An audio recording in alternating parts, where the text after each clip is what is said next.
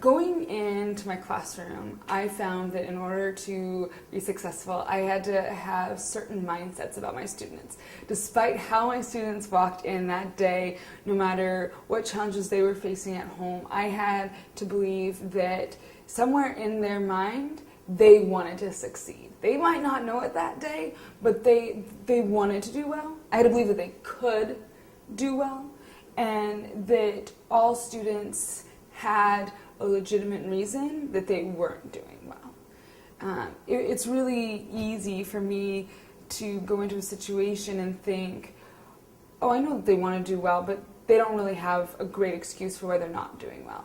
Well, it's actually probably that I just don't know what the excuse is. And so if I went into every situation and there was the whole class, but then there was each individual student. And so my mindset was always, I'm going to do everything that I can to invest my entire class, to engage them, to excite them, to connect their lives, their lives in general in Passaic, to my lesson, to why this is important.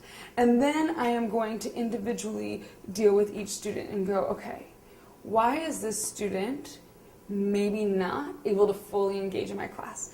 Because if I believe that they want to learn, that they can learn, and then that third piece is that there is a reason, a legitimate reason why they are not learning, then with those three ideas, I can get every student to be fully engaged in my class, and I can get every student to do well on their assignments and to do well on their exams, and to come back when they don't do well and to say why.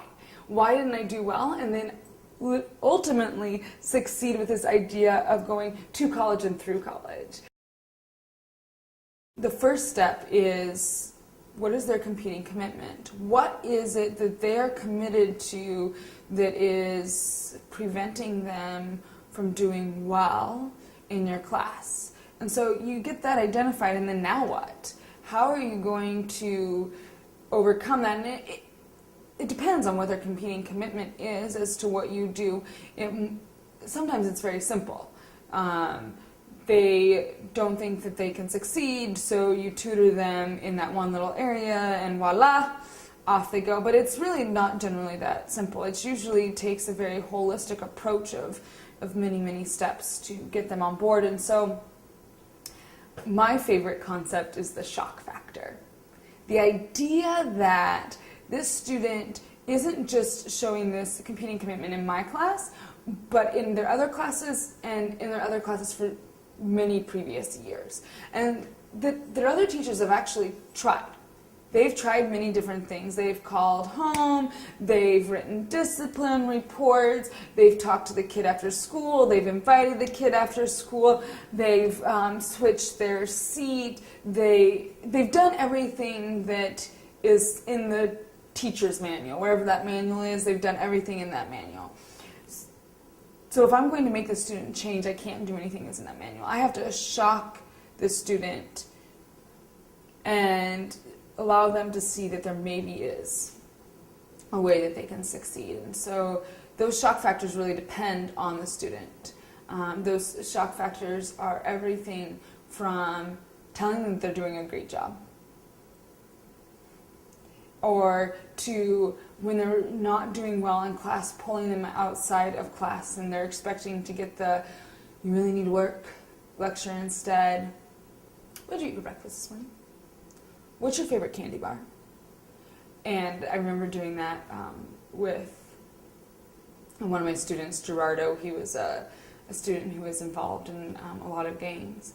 I just couldn't get him pulled together at all. And he was not participating in class one day like every other day. And I pulled him out in the hall and I said, what's your favorite sport to watch on TV? What? I wasn't doing your work inside class. Like, why are you asking me that? And I said, oh, I was just interested. You looked really bored, so I thought you could use a conversation. And he didn't answer my conversation because he just thought I was crazy. But that really changed his thought pattern. Oh, she isn't trying to harangue me because that's what teachers do. She actually really cares about me and getting me motivated in class, and so, that was the start to Gerardo. Or there was Paula, who I couldn't get motivated at all in class, but I knew that she had a daughter. And the only thing that I had ever heard her say that she was ever excited at all about was teaching her daughter colors. And so, well, I guess that's a place to start. That was the only thing I knew about her because she didn't want to share anything. And so I went and got little rings and Home Depot paint chips that had all the different colors, and hole punched them and put them on a ring. And I brought that to her as a present to take home to her daughter. And for the first time in class, she smiled. And she said, "Thank you." And that became my ticket to getting her to stay after school to get help. That I would give her something to help her daughter, and then she would stay. And she would do a little bit for me. And then the next time I could get her to do a little bit more. And pretty soon she was staying regardless of me having something for her daughter. Just because she had seen that, oh, this actually is helping me in class by staying and getting that extra help. But that was a huge shock factor, that present that I was able to give her. Or another favorite shock factor is in class. I would have Javon.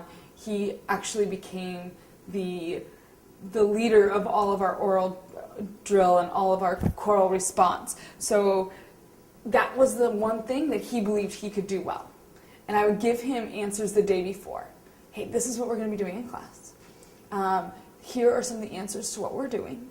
And why don't you help the rest of the class to be able to do this choral response?